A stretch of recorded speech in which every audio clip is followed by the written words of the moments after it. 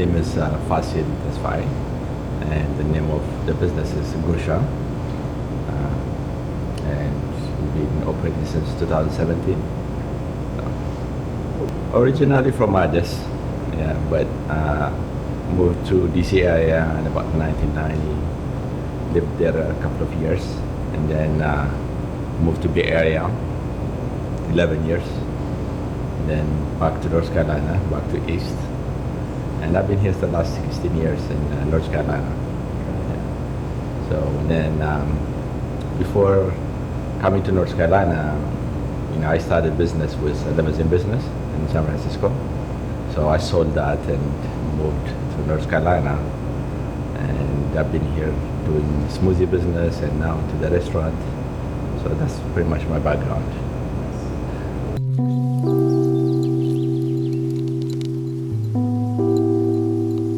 I guess coming in as an immigrant first, that's my first line of work. I worked at Cinnabon as assistant manager and worked my way up there. And I wanted to do my own business because I didn't have a green card. It was taking me a long time to get it, so I couldn't go to school the way I wanted as international student. So I chose the business side of it, and I've been doing this for the 26 years, working for myself.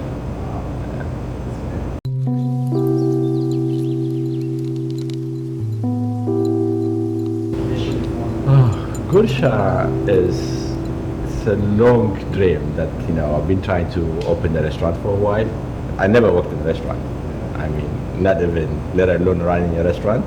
I never worked in a restaurant, but I always want to do something that is different. Not I want it to be like in the downtown area, independent building, but at the same time that it's a place where we can show our culture, but at the same time make sure it's modern, make sure it's actually compete with like the bigger restaurants in this country. So that was the concept that I had for better part of 6 years, 7 years. So I've been planning it for 6, 7 years before I actually opened it.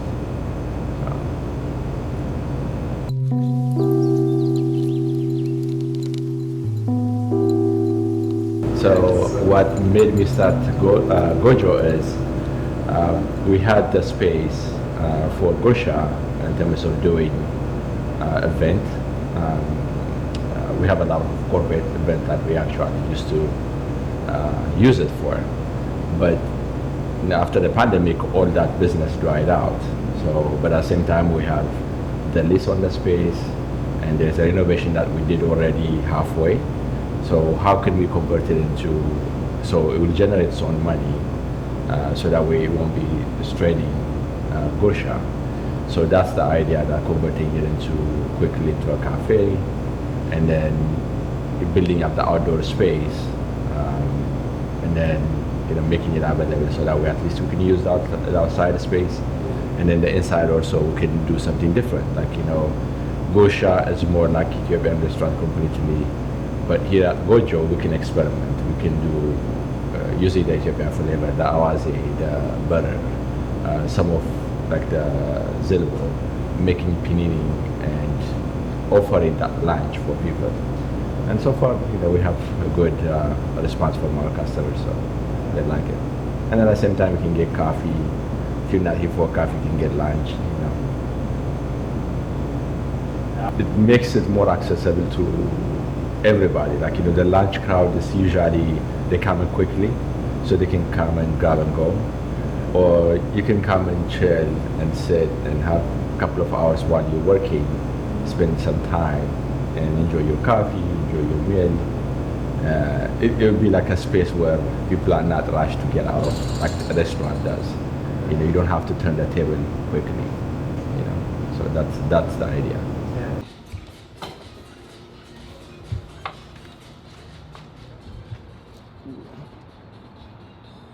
So it's a 3D image. If you go further down, you will see this actually a 3D. Okay, let's see.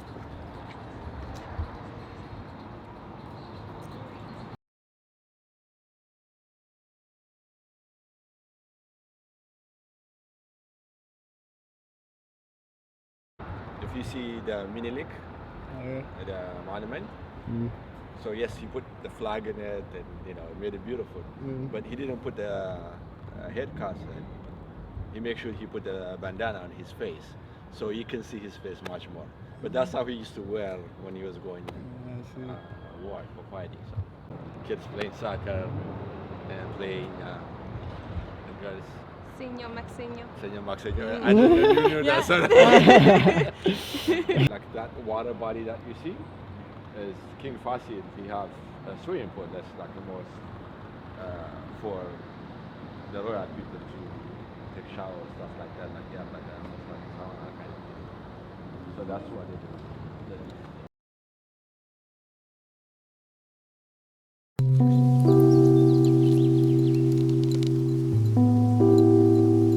Part of the reason why Ethiopian restaurants do well outside of, Ethiopia is one, the cultural aspect of it. We don't just sell the food.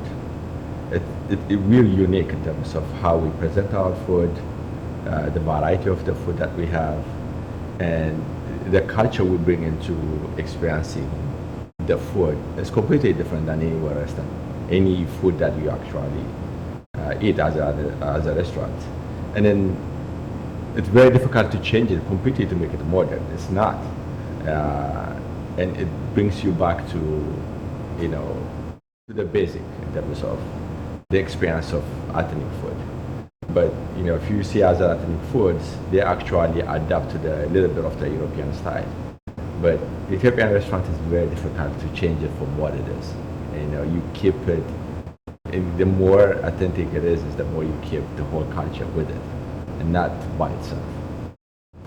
I think that's what it is. That's why people are more attracted to it. I don't think it's just only the food. I think wherever we go, we bring our culture to it. Food is part of it. It's a huge part of it. But I think if you think about it, any city that we go to, we still get together. We are very communal society. So we still are with our people in terms of, we still have the elder, we still have, the church. Everything that follows, what we do back home, we bring it wherever we go. I think that has something to do with it also. So you see a lot of, as a country, immigrants, they will come in, they actually assimilate more into this culture than we do. We do assimilate to a certain extent, but we don't let go of what we have. I think that's the difference for us. As much as we assimilate, but the culture, we hold on to it and we pass it to the kids as much as we can.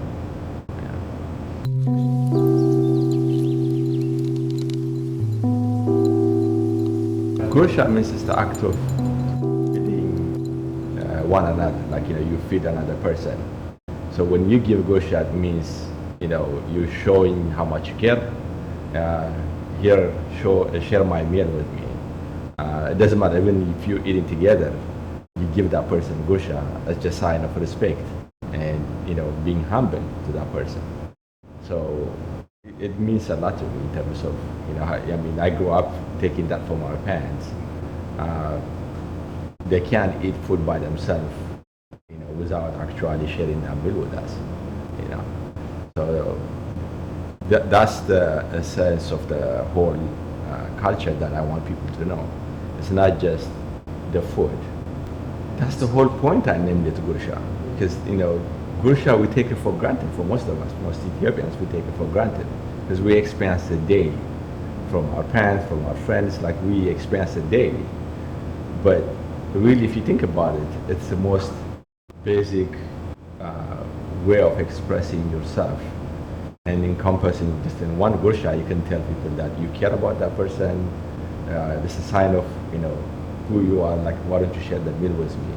And it has a lot more to it than actually, what we experience today. So that person won't give you a gusha just for no reason. You have to be very close to them. Your friends, while they're eating, if you arrived, first thing you get is gusha from them if they were eating. So, it tells a lot more about our culture, about who we are, than just receiving that food. So that part of it is fascinates me, the culture.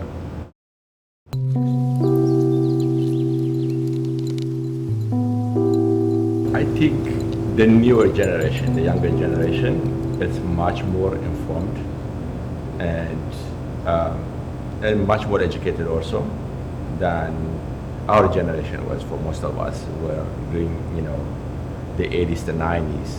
Before that, information is very limited. You're much more driven what the state media propaganda actually push you. So that's how you raised. So most of the things that you believe is what you heard growing up. But now people are much more informed. They know what's going on in the U.S. as much as what's going on in the neighborhood. So I think that's driving a lot of young people to ask questions in terms of their leadership within the country, and at the same time participating into their culture and admiring their culture and owning who they are. I think that's coming more into the younger generation than we did. So they're appreciating who they are and the kind of culture that they have. So I think that's driving most people to go back. I mean, I've seen some of our friends, they move back to Ethiopia from here. They're appreciating it more now, the culture and who they are, where they came from. So they want to contribute to the country. So I think that is going to happen more often than, what was happening in the 80s and the 90s where people are actually fleeing Africa. I think more and more people will stay home. That's what my hope is, at least,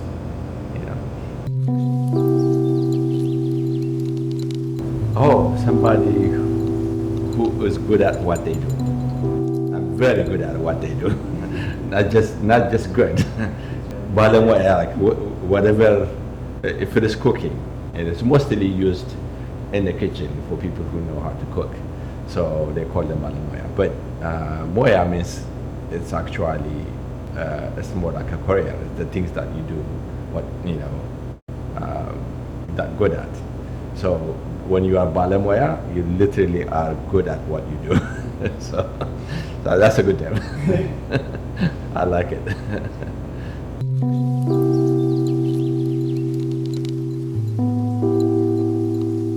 Oh my God, I think that comes to my mother. And then my grandmother also. I mean, I know most of, like, you look at my sisters, all of us, by the way, in our house, we all cook, my brothers. So cooking is like as a family event for us.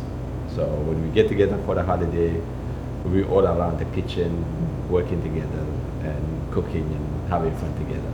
So my parents, and the same thing, my siblings. So, that is passed down from our grandmother to my mother, and now my sisters are good balamoyas. So I go back to my mother, how we were raised and how she makes sure, like, we all know how to wash our clothes, how to fix, we all know how to slaughter lamb, all the boys. So she makes sure that we all know that. So that part of it eventually helped us in here to survive. And cooking or living by ourselves hasn't been that difficult for us, for my siblings and I. So I'll go back to my mother for that.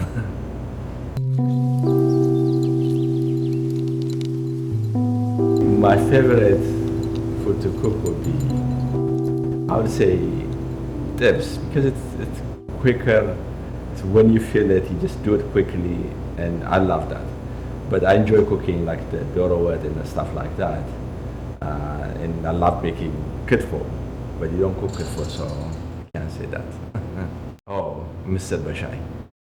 Like misrot and tea is like the perfect meal for me. I choose that anytime versus dorowet.